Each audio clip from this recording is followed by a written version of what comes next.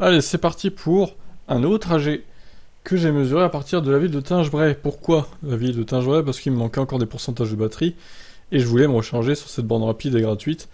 Donc à partir de cette ville, donc je suis parti la nuit, hein, évidemment, parce qu'il y avait beaucoup de routes quand même.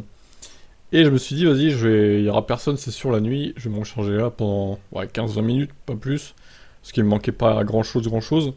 Je suis arrivé à 100%, donc j'ai commencé ma mesure à partir de là. Donc je suis allé à Saint-Nazaire, je suis passé par Fougères notamment. J'ai contourné Rennes, et je suis passé par diverses villes, dans le 44 notamment, que je ne saurais pas vous citer toutes, pour arriver jusqu'à Saint-Nazaire. Donc, première fois que j'allais dans cette ville. Donc voilà, le dénivelé de ce trajet, hein, forcément, c'est en hauteur au début. Puis après, vu qu'on se rapprochait de la mer, forcément, c'était assez bas par rapport au niveau de la mer. Donc petite vidéo, hein, évidemment, de cet épisode où je me suis rechargé de nuit donc sur la borne. Magnifique. Donc là j'étais à ce moment-là à 96%, il me restait une dizaine de minutes pour arriver à 100%. Donc voilà, ça y est, on y est, 100%, 519 km estimés, incroyable.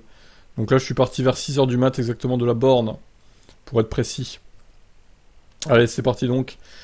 Il faisait assez frais, mine de rien. On est arrivé à 17 degrés à des moments, on est même descendu à 15, vous allez voir. Donc voilà. Ah non, là c'est 13 même. Alors on voit pas bien là, sur ma prévisualisation, je crois que c'est 13. Hein. En tout cas, oui, nuit frisquée, on va dire. Mais bon, au final, ça tombait bien parce que le retour a été plus compliqué avec la canicule. Voilà, là on était autour de 16 degrés. 1 heure de route déjà, 10 kWh au 100, hein, j'arrivais à bien tenir malgré la fraîcheur. Mais en même temps, le lever du soleil donc. En même temps, j'ai envie de dire, vu que j'ai rechargé juste avant, la batterie était quand même à température, un minimum, donc voilà, elle était pas à froid quoi. La voiture quand je suis parti, c'est aussi ça l'avantage de se recharger juste avant un départ. 18 degrés donc, là il devait être autour de 7h du mat, 7h30 même. Alors 2 heures après, donc il était 8h.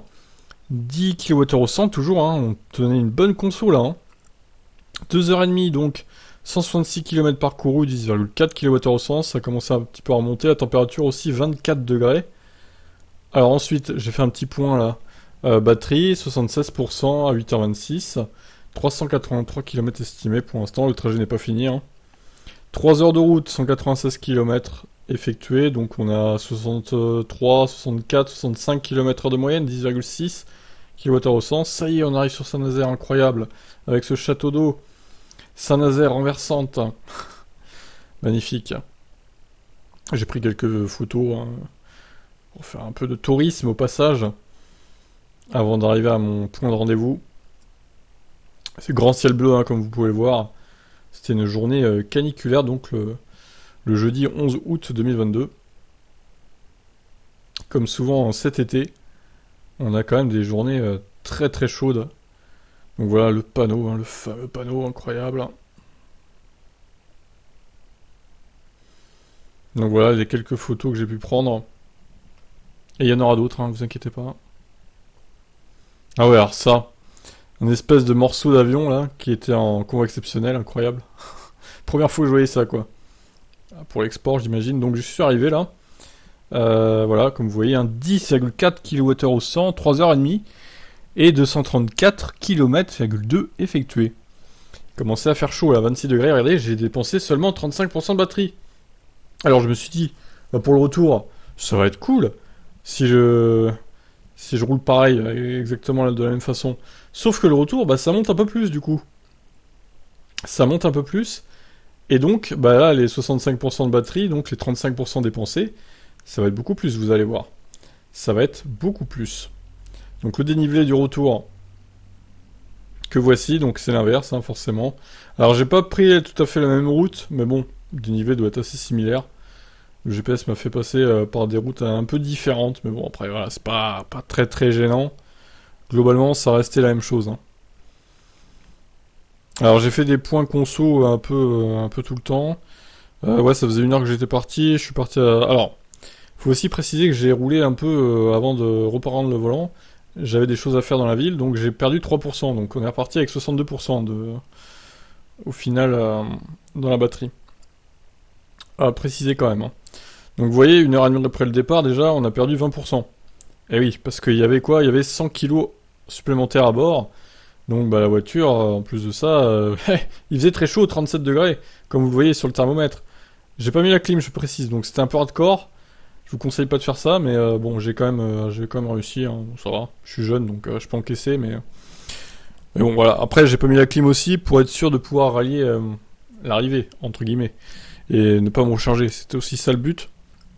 Il y avait bien des bornes sur la route, mais bon, flemme de m'arrêter, de recharger, hein, pour être honnête, et je voulais faire d'une traite le trajet, pour vous montrer que le Kona peut faire 500 km aussi sans recharger en roulant à la bonne vitesse, quoi.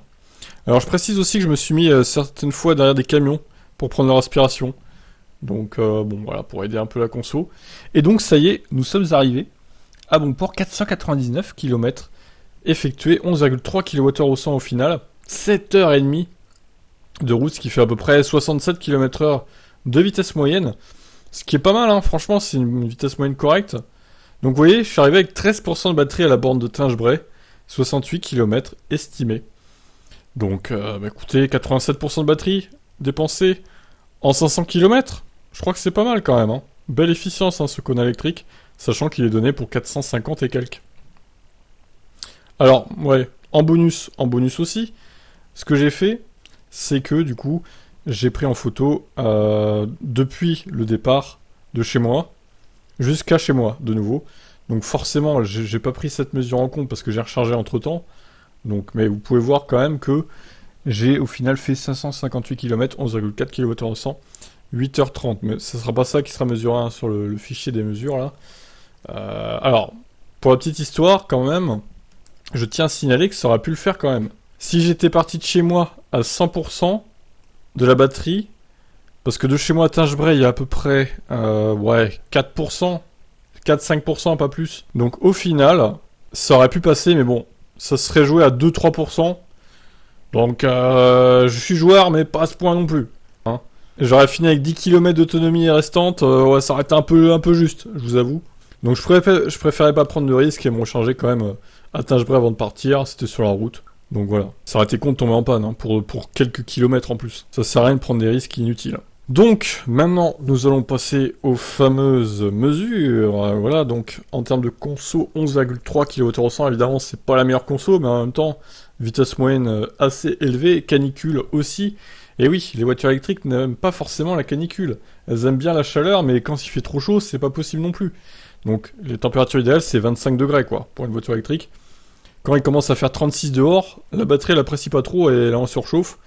Donc c'est comme s'il faisait 15 en fait, niveau autonomie, voire 10 quoi en fait, quand il fait 35. Donc le juste milieu, ouais, c'est entre 20 et 25 quoi, grosso modo. D'où la surconso au retour aussi, hein, ça aide pas, hein. En plus du poids embarqué et du fait que la route montait. Donc ensuite, nous avons, en fonction des kilométrages, donc c'est le 4e trajet le plus gros que j'ai mesuré avec la voiture. Et je précise que j'ai fait tout ça la même journée quand même, hein. C'était un peu hardcore. Surtout vu la température. Donc voilà, à peu près 56 kWh de la batterie utilisée, hein, durant ce trajet de Tinge-Bray, Saint-Nazaire à Tinge-Bray. Je dirais quand même que c'est une belle perf et que ça démontre un peu les performances que peuvent donner les véhicules Hyundai et Kia, hein, niveau autonomie et efficience. Alors évidemment, j'ai roulé avec pas mal d'éco-conduite aussi. Si j'avais roulé en mode clim, plus conduite un peu dynamique et en respectant les limitations à 130 sur l'autoroute par exemple, jamais j'aurais pu faire d'une traite, hein, le trajet, on est d'accord avec ça. J'aurais dû me recharger sur le retour. J'aurais pu faire, je pense, en roulant aux limitations à chaque fois, j'aurais pu faire 430 peut-être kilomètres, sur une 440, allez peut-être. Mais vraiment maximum, hein. Parce qu'il y avait une belle portion à 130 d'autoroute et je roulais pas à 130 du tout en fait. J'étais plus autour de 100, 105. Donc faut le préciser, hein, faut être honnête. Donc voilà. Mais bon voilà, après encore une fois... c'est pas parce qu'il y a une limitation à 130 sur autoroute que vous devez obligatoirement rouler à 130 sur autoroute, hein. Chacun fait comme il veut, bon c'est une perte de temps certes, mais au final t'as pas besoin de recharger, t'as pas besoin de payer, t'as pas besoin de te galérer, de stresser à trouver une borne, si elle marche ou essayer de squatter ou quoi. Moi je préfère faire ça, rouler plus lentement, et être sûr de rejoindre les destinations sans me recharger, quand je peux, quand le kilométrage le permet, que de me galérer à chercher une borne, à stresser, savoir combien elle va me coûter, si elle est squattée ou pas, enfin bref, voilà, c'est un point de vue, après chacun fait comme il veut. Hein. Et au final, en termes de perte de temps, je pense pas avoir perdu plus de temps que si je m'étais arrêté pour me recharger. En fait, ça équivaut à la même chose, je pense. J'ai peut-être perdu un peu sur la route, mais j'aurais perdu du temps aussi sur la borne à me recharger. Donc au final, je crois que ça s'annule, hein, finalement. Voilà pour ce trajet, numéro 50. Il était gros, hein, celui-là, quand même. Hein. Je m'en souviendrai, hein. Surtout avec les conditions climatiques au retour. Hein. Voilà pour ça, je vous laisse commenter, comme d'hab. Ciao.